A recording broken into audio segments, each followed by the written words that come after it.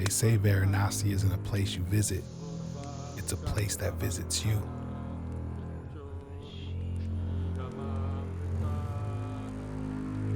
A city where the line between life and death isn't a line at all. It's a river.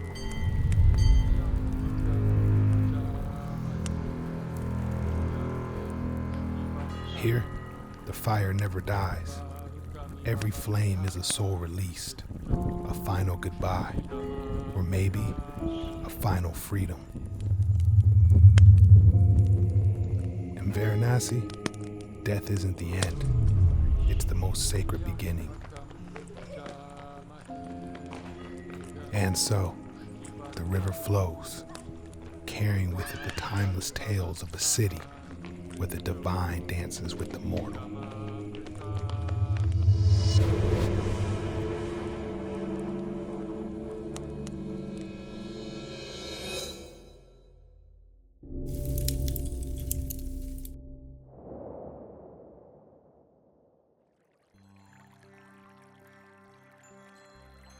Before the city stirs, before the chants rise and the bells begin their call, the Gangas hold a silence so deep, it feels like the whole world is listening.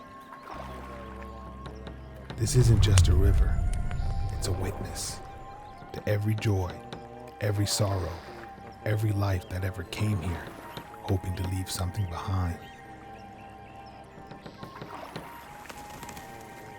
They say the Gangas don't just carry water, it carries memory, stories older than time, and destiny still waiting to unfold. I am the boat driver in the Varanasi. I am not the guide, but God gave me some knowledge. And the Varanasi culture is so beautiful. It's a feel to more energy. And in this city, soul is everywhere. In the smoke that rises from the Ghats, in the quiet prayers whispered before the fire, and the river herself, carrying the weight of lifetimes. Varanasi have a two burning ghat where is the dead body burned. One is called to Raja Harichandra Ghat, and second is called to Manikanka Ghat, where is a 24-hour body burn never stop. One day 200, 250 body burn, because only not Varanasi body, all of India body come there because this is a holy place. So people feel that when I die in the Varanasi, burned Varanasi, my ash, they put in the Ganga, they go to directly heaven. But these aren't just places of fire. They are among the oldest continuously used cremation sites on Earth, burning without pause for over 3,000 years. They say long ago, a king stood right here, Bhagirata. He begged the heavens to send the Ganga, not for glory, but to free the souls of his ancestors. The gods answered his call, and through the matted locks of Lord Shiva, the river was born, not as a flood, but as mercy. The slowly water come into flow in the all city. Varanasi, Allahabad, Uttarakhand, so that kind of place all run, they go to Kolkata, and Kolkata go the last step. That water is called Mother Ganga. In India, they say there are three mothers. One who gives you life, the cow that gives you nourishment, and the river who gives you freedom from suffering. When people have a good feel, the good heart and good mind, they go to down and take to bath, they take to good blessing, they clean the heart. So that is called Mother Ganga. But the river's mercy isn't just found in legend. It's here, every morning, in the footsteps that enter her waters, and the prayers whispered between its ripples. So now he pray in the Ghat before she take to bath in the Ganga. So now he feel more comfortable, he now feel to more energy. So then he need to just meditation in the inside, but he didn't talk to outside.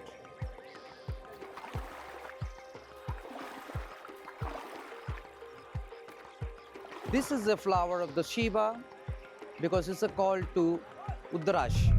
When he buy, they don't eat for meat, don't eat for fish, don't eat for chicken. So this is when people to early morning to wake up and take to bath in the Ganga.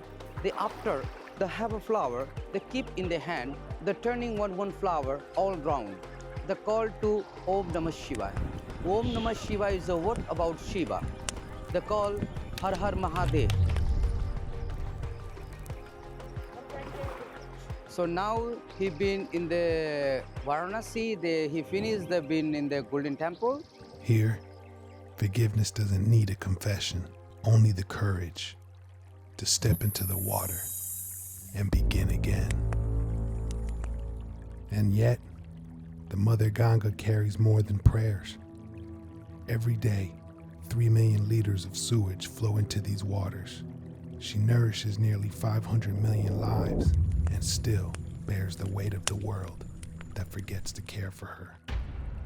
And so, the river moves on, carrying the ashes of yesterday, the prayers of today, and the silent hope of tomorrow. But to truly understand this river, you must first understand the city that holds her heart.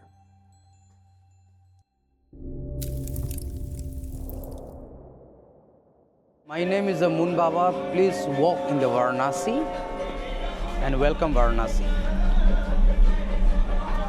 They say all rivers lead somewhere, but here, the river leads to the edge of heaven itself.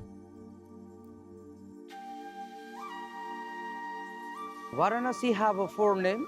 First in the Shiva and Parvati both have come to call this place named Anandavan. And second name is called to Kashi. When is a South Indian king of the Rani Ahilyabai, the built the Golden Temple. And third name is called to Varanasi because there is a near the bridge is that they have a last is called to Varuna and there is a last called to Asi. So Varuna, Asi both are called Varanasi. This is Varanasi, a city of nearly 2 million souls, nestled along the sacred Ganga in Uttar Pradesh, India. For centuries, its waters have carried not just life, but the hope of liberation itself. This city is said to be over 3,000 years old. Named in the ancient Rig Veda, older than tradition itself, and for some, older than time. Empires have risen and fallen upon this land. But through it all, the city stood untouched by time, not conquered by kings, but guarded by faith. And though the echoes of empire still linger in these stones, today, their places are market stalls, their battlegrounds, winding alleys, and life, vibrant, chaotic, unstoppable, rushes through them all.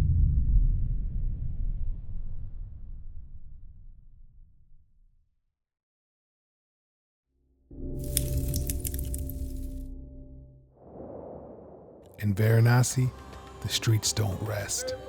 They pulse with life. The air is thick with the scent of marigolds and masala, the clang of brass against stones, the songs of merchants who sung the same lines for generations.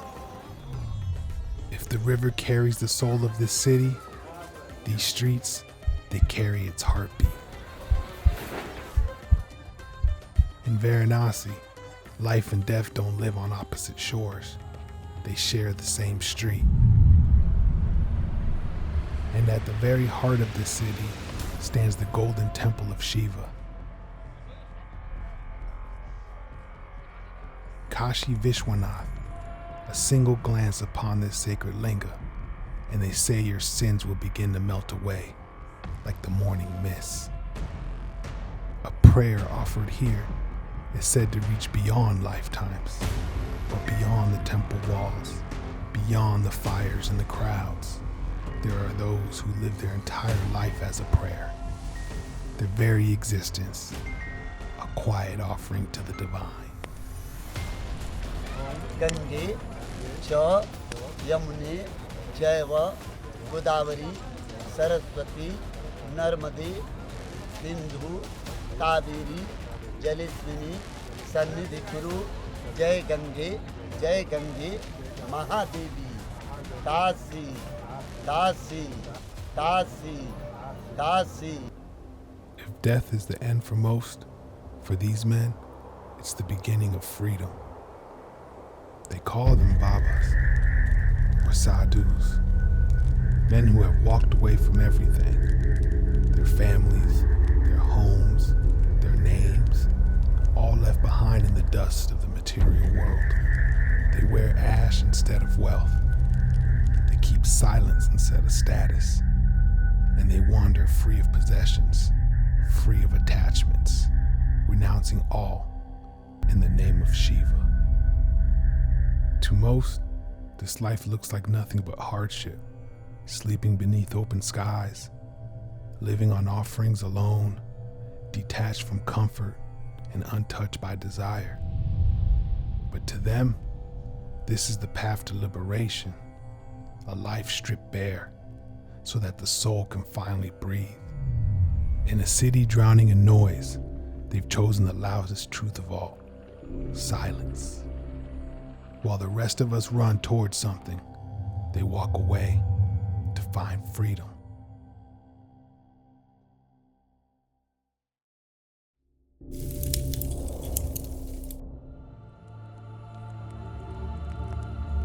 At night, the city doesn't sleep. It glows. It breathes smoke and prayer. And down by the water's edge, a ritual unfolds that has remained unchanged for over 1,000 years. This is the Manikarnika Ghat, one of the oldest, holiest cremation grounds in the world. The flame here has never gone out. It begins with the river. The body is bathed in the sacred Ganga, wrapped in cloth, and carried down the steps. Feet first, head towards the water. Sandalwood, if they can afford it. Mango wood for most. The logs are stacked with precision. The flame passed by hand, generation to generation. The eldest son, shaved head, barefoot, circles the body 5 times, one for each of the 5 elements: earth, water, fire, air, and space. Then he breaks the pot and lights the flame. The fire, it burns for everyone. For kings, for beggars. You die here, you're free. No more coming back. Only moksha. In the West, we dress death in curtains and silence. Here, we meet it with wood and flame and let the fire speak. I've never seen death like this. There's no pretending here, no disguises. It's all real. And somehow, it feels like peace. It is said when the flame takes your name, the river remembers. And that's how you become a part of the city itself.